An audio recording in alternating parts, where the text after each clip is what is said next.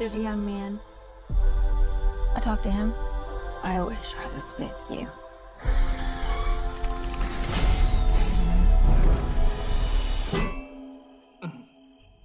That's really weird, Lisa.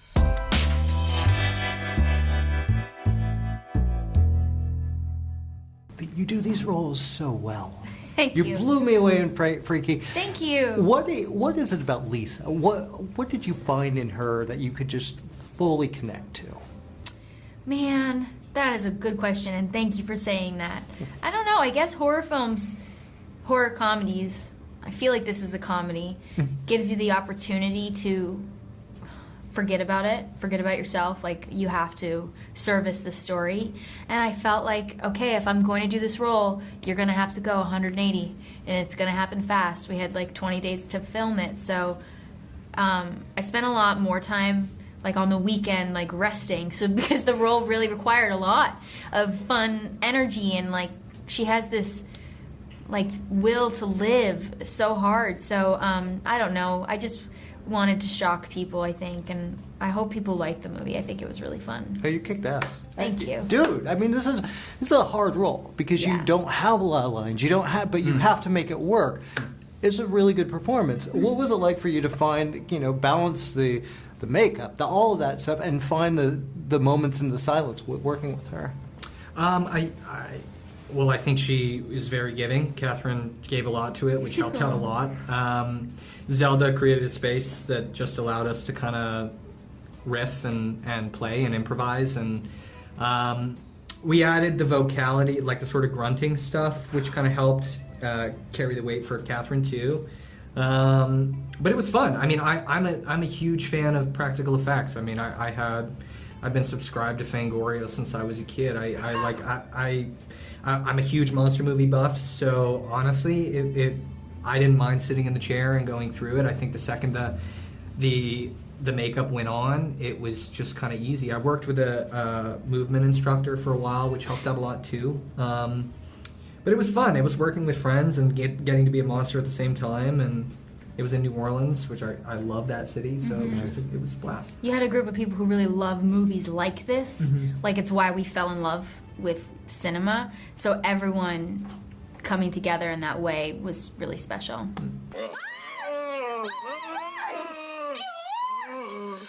I'm the greatest, God created, power tripping, on the mission. Taffy says it's a waste of time to try and fix a boy. It's better just accept a guy's flaws. Oh, that's so cute. Lisa, I mean, I feel that the people really respond to Diablo. Yeah. They just, her writing. Absolutely. How much of the script did you guys feel, did you just connect to? Like, it's amazing, doing her work. You read it in a second. Like, it pulls you through. There's a rhythm. She has a lot of alliterations that you think aren't really there, but it's like poetry. So you don't want to mess any of it up. And it's very fun to say, I had to do this movie, I had to be a part of it. And then you just have to ask yourself, like, okay, what are you going to do? How are you going to do it? I don't know. Thank God Cole was there. Yeah. I couldn't have done it without him. Oh, and the chemistry was Without great. his ribbiting. Yeah. He's croaking. It's true, though. We came up with a lot. It was all a discovery every day. Wow.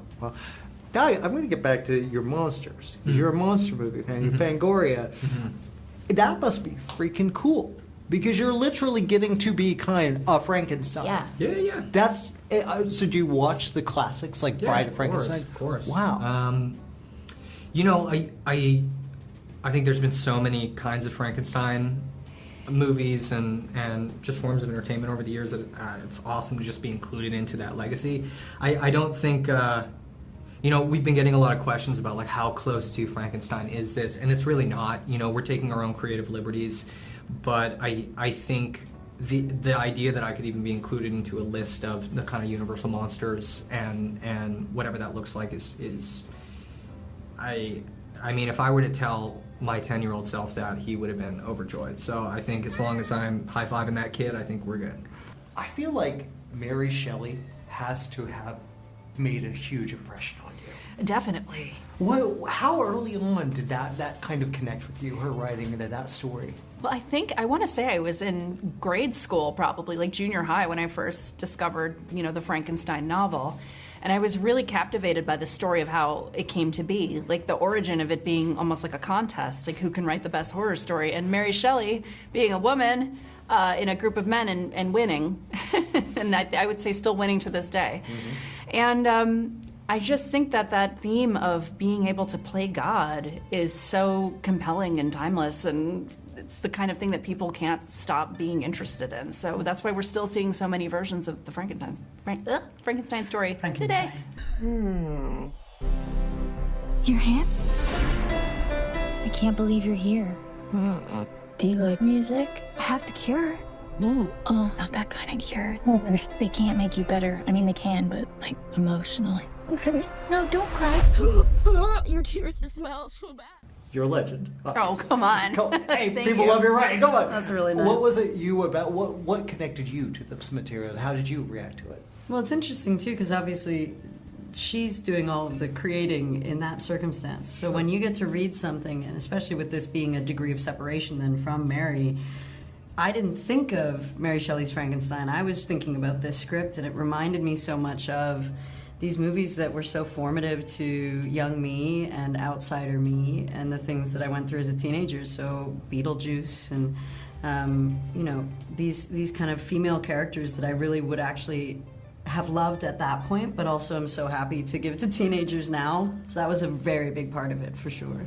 I gotta say, I think Kathryn is about as close to what Winona Ryder was to Beetlejuice and Heathers and all of that back in those days. I think Kathryn's becoming that. Oh, I agree, and that's probably the highest praise, because I love those characters. I grew up with those characters, and yeah, Winona was incredibly important to me during my formative years. Very Madeline Kahn for me, which is one of those that, like, genuinely, I couldn't unsee it once that feeling happened. So I'm very much with you, the Winona and Madeline comparison all day long. When you're in doubt, Lisa looks good. She could probably even do pageants if she had congeniality. Your daughter is a little psycho. I owe my glorious home to an ungrateful little... Let's talk about the makeup effect. It's really beautiful, and this looks good. How did you? There's a lot of practical here. What was that? Were you insistent on that? Well, particularly if you're making something in the 80s, I think a lot of the modern tricks we use right now would feel very out of place. But especially for comedy, I think you can get away with a lot of trickery with horror because sometimes you really need it.